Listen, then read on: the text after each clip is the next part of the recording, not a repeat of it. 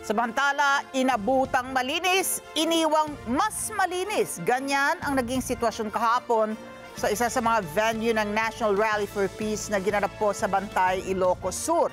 Masaya ring umuwi ang mga dumalo sa nasabing pagtitipon bit-bit ang pag-asa na magkakaroon ng malaking pagbabago at pag-unlad ang bansa. Erlo Bringas sa detalye. Masayang isinigaw ng ating mga kababayan ang panawagang pagkakaisa at pagkakasundo. Yan ang mga panawagan sa ginanap na National Rally for Peace itong Lunes sa isa sa mga naging sites ng pagtitipon sa Quirino Stadium sa Bantay, Ilocos Sur. Eksakto alas 4 ng hapon nang magsimula ang main program kasabay ng mga ginaong programa sa Quirino Grandstand. Dito nagsalita ang mga representative mula sa Iglesia ni Cristo patungkol sa objective ng ginanap na National Rally. Marami po ang mas mahahalagang bagay ang dapat po na pagtuunan ng pansin. Ang impeachment po ay hindi lamang pag-aaksaya ng panahon. Hadlang po ito sa pagtugon sa mga pangunahing problema ng ating bansa. Mga kababayan, sana pakinggan po ninyo. Huwag po nating kalilimutan ang oras po ng mga mambabatas sa ating pamahalaan ay lubhang mahalaga. Kaya dapat po na ituon ito sa totoong mahalaga para sa ating bayan. Gusto nating ipakita na kaisa nila tayo at handa tayong isatinig ang kanilang damdamin at mithiin para sa isang mapayapa at nagkakaisang Pilipinas. Sapagkat naniniwala tayo na ang kapayapaan at pagkakaisa ay kailangan at mahalaga sa pag-unlad ng ating bansa.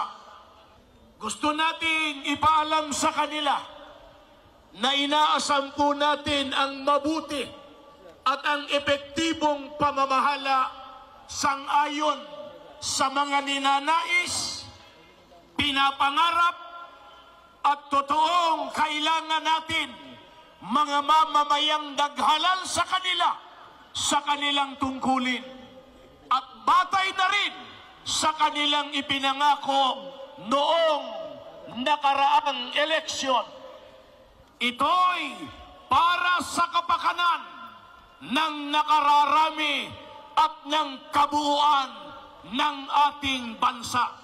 Nasaksihan din ng mga taga Ilocos Sur ang mga programa na ginanap sa Quirino Grandstand sa pamamagitan ng isang live telecast. Dito kanilang napakinggan din ang mga aral na sinasampalatayanan ng Iglesia ni Cristo, lalo na ang dahilan kung bakit kailangan nagkakaisa ang mga tao na nakasalig sa aral ng Biblia na pinangunahan naman ng kapatid na Arnel Tumanan, ministro sa loob ng Iglesia ni Cristo.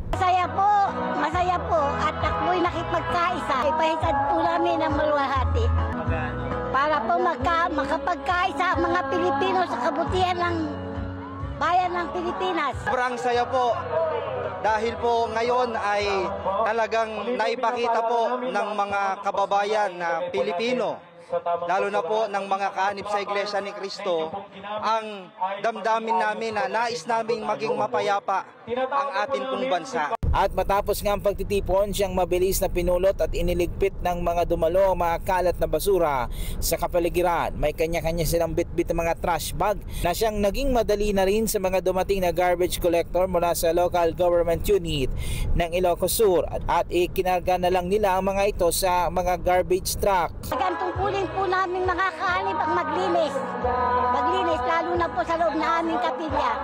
At kitang-kita naman po sa naging aktibidad po namin ngayon na malinis naming dinatnan itong dako at ngayon talagang napakalinis din po sa amin pong pagtatapos ng aktibidad.